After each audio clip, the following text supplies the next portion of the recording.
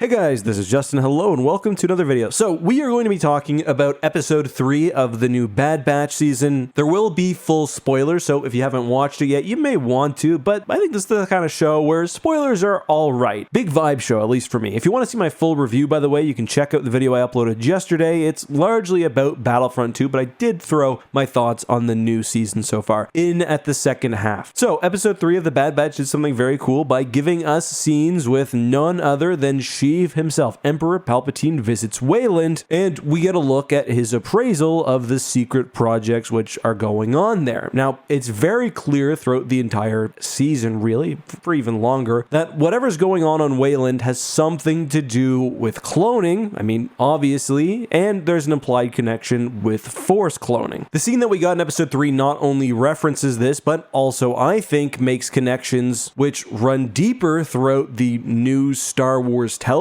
universe connecting to the films, and I thought it'd be worth taking time to discuss that. So while I'm sure most of you picked up on the connection, it's actually made explicit in the episode, as when Palpatine visits, Dr. Hemlock realizes that he's here to see, and I quote, Project Necromancer. We'll get back to that in a second, but I did also notice that he talked about exotic materials, very large testing. My mind immediately went to the space monster around Exegol from the Darth Vader comics. I doubt that's what he was referring to, but Palpatine is up to a bunch of really foul shit at this point. Anyway, Project Necromancer is an attempt to clone the body of a presumably living being, although perhaps not living giving the name, while maintaining the M count, which we have to assume refers to midi-chlorian count, i.e. you take a clone and it has the same force potential as the original being. This is something that we've not seen very much in Star Wars canon, and even in Legends was quite rare.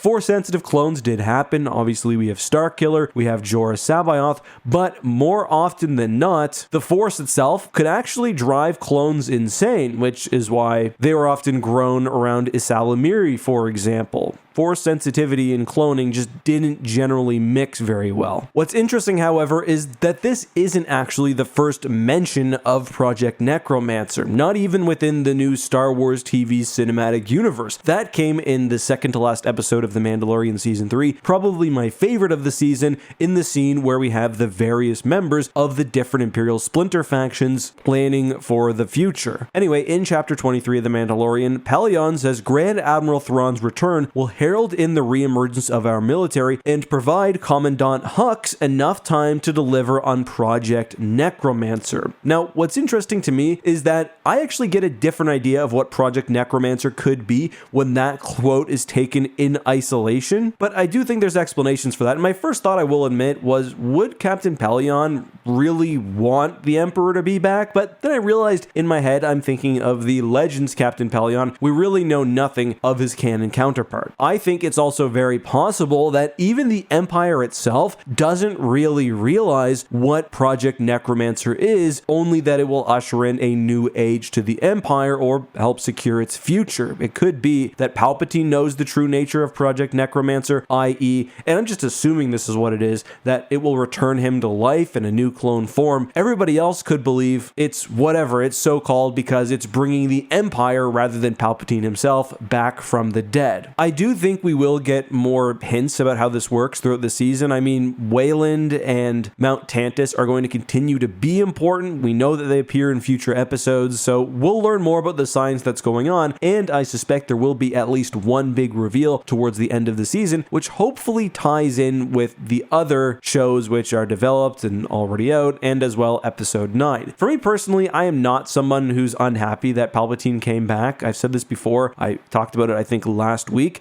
Palpatine is the guy. He's the ultimate evil. He's the devil incarnate. Him coming back, to me, always made sense. What I do hope is if we're going to go down this path, let's take some time and learn a bit more and try to fix some of the lore, because right now, things are extremely messy. We've got the First Order, which is one thing. We've got the Final Order, which is apparently something else. Presumably a project like Project Necromancer would be more related to the Final Order than the First Order, so who knows about it within the Empire? Was Pelion really in the know all those years ago? Like, there's a lot to figure out. And this show is not going to be able to do all the heavy lifting itself. The movies should have given them more to work with. They didn't, but if that's how it's going to be moving forward, well, they should try to go back and make things a little tidier. The other thing I will caution against, however, is don't take this one scene to invalidate all other theories when it comes to cloning or cloning related scenes in prior shows and books, whatever else. The thing that I'm thinking most of is The Mandalorian Season 2, when they discover that cloning facility. It was in one of Moff Gideon's labs, and combined with the general interest in Grogu, everyone was assuming that it was related to Palpatine and that Gideon was playing a role in that. I think that would still be a mistaken bit of interpretation. I think Gideon was trying to make the most force powerful version of himself, both in clones and in his original body. So I'm going to say, well, I do think this connection to the sequels in episode 9 exists. That's not the sole interpretation for every scene we've had so far. Just generally, the idea of what happens after Palpatine has changed pretty dramatically since the beginning of the new Star Wars canon.